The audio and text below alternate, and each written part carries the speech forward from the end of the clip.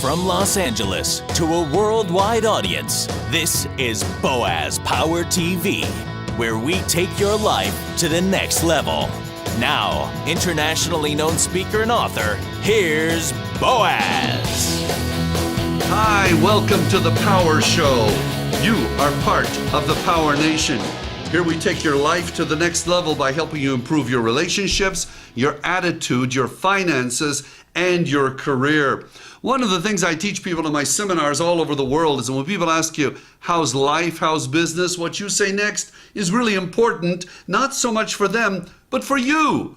So instead of saying, okay, not so good, not so hot, whatever, why did you use one word with enthusiasm, the word unbelievable? This will kind of cover both ends of your spectrum, won't it?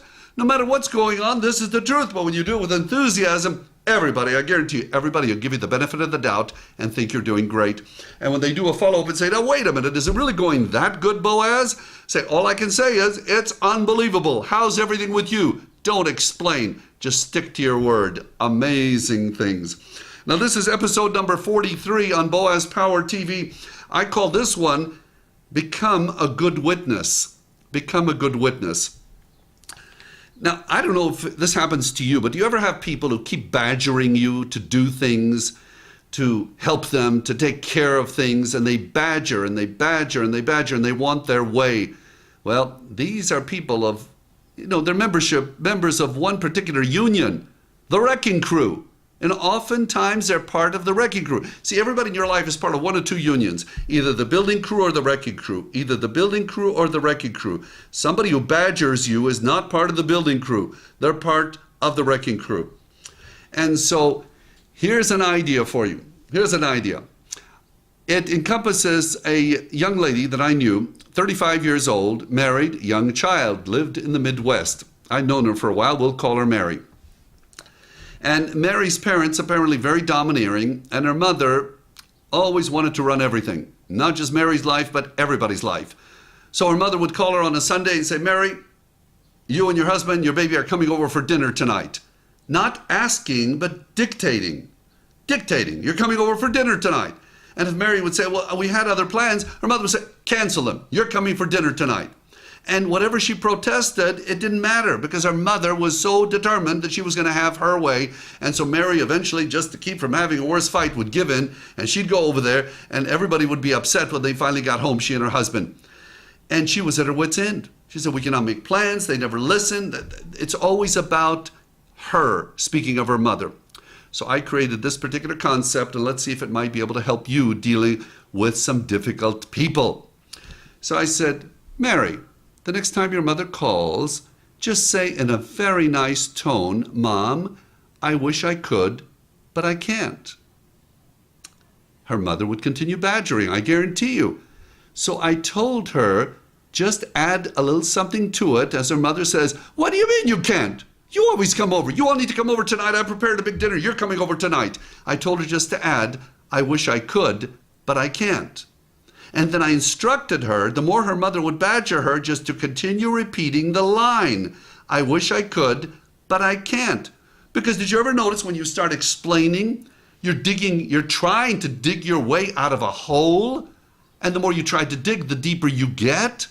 I call this being a good witness. Being a good witness. Let's say that you are in court and you're on trial for murder. And let's say I am your defense attorney. I do not want you to get carried away with any explanation that's going to get us into deeper trouble.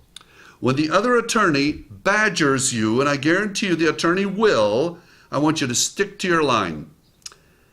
When did you kill the suspect? I want you to say, I was not at the scene of the crime. Exactly what time did you pick up the gun? As I said, I was not at the scene of the crime. When did you think about killing the victim? As I said, I was not at the scene of the crime. So what time did you arrive there? As I said, I was not at the scene of the crime. Because if you are my client and you waver from the set words that we have discussed that you need to say to the other attorney, we're going to get in trouble. We're going to get in big trouble. You're going to go to prison. You could die. Now, come on. You got to be a good witness and stick to your line. So I taught Mary to be a good witness. And oh yes, it was difficult the first couple of weekends, and her mother would pout and wouldn't talk to her for the week. But do you know what happened about the third week? Her mother suddenly became respectful. Oh really? You can't come tonight? Well, what night could you come? And we suddenly had respect, because Mary drew the line. She became a good witness, and she did not try to defend herself. She just simply said, I wish we could, but we can't. I wish we could, but we can't. And when her mother badgered her, she would just say, as I said, Mom, I wish we could, but we can't. And she stuck to the line, and it changed her entire relationship with her mother, and they became more loving because there was respect. Amazing. So why don't you use that in your life? And by the way, you can use the same line if people keep asking you to help them with something, and they are expert at badgering, as many badgerers are. Just say, I wish I could, but I can't. I wish I could, but I can't. They say, well, wait a minute, you're the only one that can help us. As I said, I wish I could, but I can't. How many times do you think they'll want to hear that before they get bored and go bother somebody else? Well, Boaz doesn't play the game anymore. I don't know, I used to be able to push him around. Can't do it anymore. He just says the same thing.